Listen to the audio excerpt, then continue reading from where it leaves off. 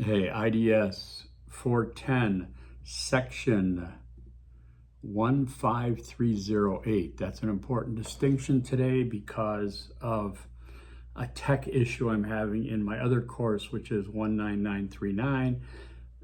This message is for you, 15308.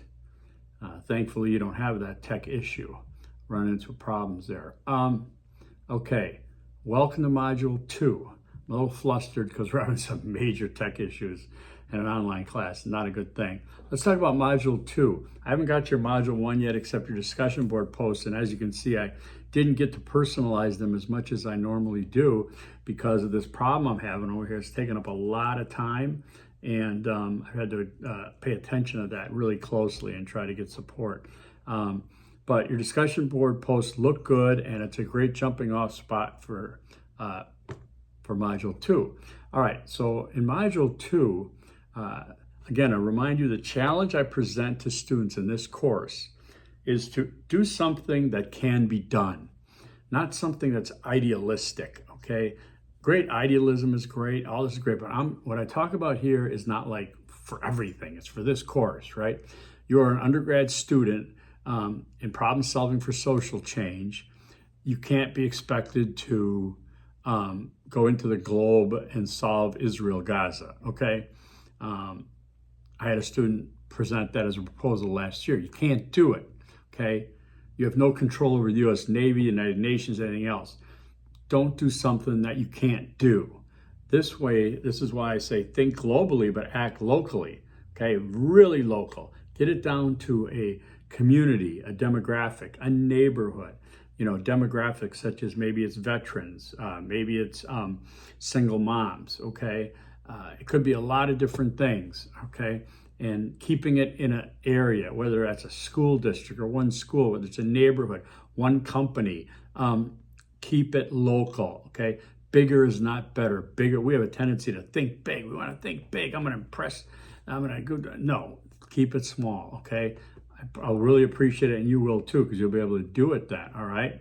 I'm going to keep reiterating this. Set up a call with me if you're having trouble. If you have a subject topic you want to work on, a problem, and you just don't know where to go with it because it just seems so big or whatever, you can set up a call. I'll help you. You don't get ding points. In fact, you'll be really happy. I've never had anybody say, wow, that really sucked. No, they all said, that was really great. All right, glad we got this going. Breath of fresh air. You don't want to take on the world, all right? So, okay, remember this course is called Problem Solving for Social Change. That second word, solving. It's not problem analysis for social change. It's not problem identification for social change. It's problem solving. So I don't want you to get tripped up because solving is the hard part. So whatever you present, remember, you want to try to solve it, at least mitigate it somewhat, okay? So that's why when you think big, it's going to drive you crazy because what might work in the borough of Brooklyn in New York City, it's not going to work in Cody, Wyoming, or, you know, LA for that matter. The dynamics are different, so don't take on too much. You can't possibly. Once you try to take on too much, you just skim the surface. You bring generalities and cliches to the table. I don't want that. I want to know how many red Solo cups you're going to need at the community center meeting, okay? I mean, that's not an exaggeration because someone did that already. Told me how many donuts they were going to get, red Solo cups, and how they're going to acquire this stuff, have the community meeting on such and such a subject, okay? So again, keep it localized. So now I want you to think about focusing on, you know what, I got a problem to solve and all I need is money. All I need is money, government grants. Well, first of all, money does not solve the problems. If it did, a lot of problems would be solved, right? Because sometimes it's in our DNA not to solve something, or the solving of it, people feel it creates more problems than not solving it. It's a weird culture we live in, right? Everybody's got different opinions, and it's all part of that mix. So, but a government grant, they're not giving out money. You can't get money, okay?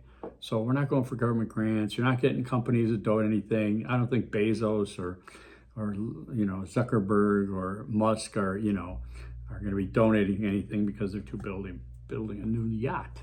Anyways, so you want to use public awareness then as a step, not as just step in the strategy. Government grants should not really be a part of it unless you're an experienced grant writer and you know sources that will give you the money you need. I've never been convinced of that. So government grants, public awareness, yeah, okay. But it's not a solution. You know, there's a lot of either rallies, protests, community meetings, all kinds of things. They don't really solve a problem, but they're a step in the right direction. So you want to use that, great. All right. Or it's a part of a solution. For example, I think I gave the thing where somebody wanted to do he said organic farming. Well, organic farming is not really a problem per se. So what do you want to do with that? We talked. And I said, okay, so you're in Kansas City. Find a lot, a bare lot, public lot, dirt, whatever, that you could envision tilling the soil and making a community garden out of it, parceling it off, community gardens. Then you set up a meeting at a community center where you bring people in and they can either get a little piece of property, land there to farm, and you teach them about organic gardening. That's problem solving for, that can happen in a food desert, what have you, okay? I've had a lot of students do different things, okay? But again, I am here to help. I don't know every subject, every topic, every problem, but I do know as an interdisciplinarian how we should research these things and then how we integrate. Because let me just side note, multidisciplinarians. I studied math, I studied chemistry, I studied city planning. That's multidisciplines. I'm good at these, okay? The interdisciplinarian, however, takes it a different step. They take math, chemistry, city planning, and they integrate them. Key word in interdisciplinary is integrate. Okay, we put these information together, we figure out how it works, and then we propose solutions for 21st century problems, all right? A multidisciplinary committee then, let's say, will have maybe a scientist, a community, expert. They could have city planner. They could have an environmental specialist. Everybody does their own job, and then they send the information to somebody who maybe probably an interdisciplinarian that can put it together. But those people in the committee are not interdisciplinarians. They are disciplinarians, right? I just wanted to get you that. But you're doing interdisciplinary work here. You're not bounded by disciplinary silos, as we call them, where, if you want to solve problem X and you only have one discipline to work with, good luck, okay? But if you can use any discipline, then you can integrate. The only issue and problem that stems from that is that sometimes you get overwhelmed, like, oh my God, there's so much I could do. Right? So then we have to learn how to put our own blinders on in terms of limiting the scope of what we're doing. This is why keeping it narrow, demographic-wise, community-wise, is very helpful in that way, all right? So here's a pro tip. When you see bolded terms and concepts in an assignment or a discussion board, it's a great idea to use those terms and concepts in the paper, in the discussion, and bold them, either as subheadings, okay, or in your discussion board when you're addressing them. Because then I know that you know what you saw there, okay? And it breaks apart a paper. Remember, these are academic papers. It's not creative writing, English lit, so you're not weaving a story as much as you're doing an academic paper. If you look at research and case studies and that, you're going to have definitive subheadings, chapters, if you will.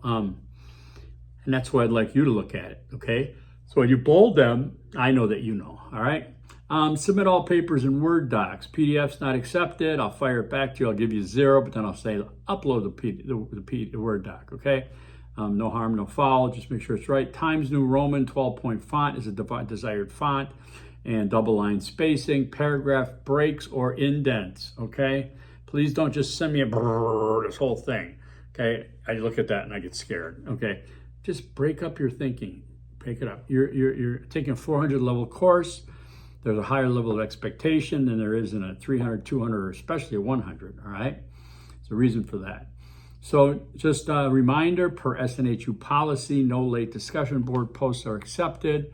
They are, it's a participatory assignment, working with your peers. If you turn in late, it doesn't help them, it doesn't help you. So Thursday night, main post is due by Thursday midnight. Responses are due by Sunday at midnight, your time, okay? The end game, I'm gonna attach a sample final paper here, okay? And you're gonna see these submission, That got 400 out of 400 points. Some people like to think from the end, know what you're looking for, know what you're going for, okay? Yes, it's gonna look long, might look intimidating, but understand you're gonna work towards that every week, okay? Then you're gonna put it together, all right? But you can see what it is that we're looking to do, okay? And it's four grade levels, 400 points. Okay, contact me if you have any questions. I'm here to help. Like I said, set up a call, watch the videos I post. If you're watching this, when you made it this far, good for you. Read the announcements, of course, read and view the curriculum. Also, I'm going to remind you the link to the ServiceNow tech support. In case we do run into anything, you can submit a ticket, okay? I'm up to 10.5 minutes now. I apologize.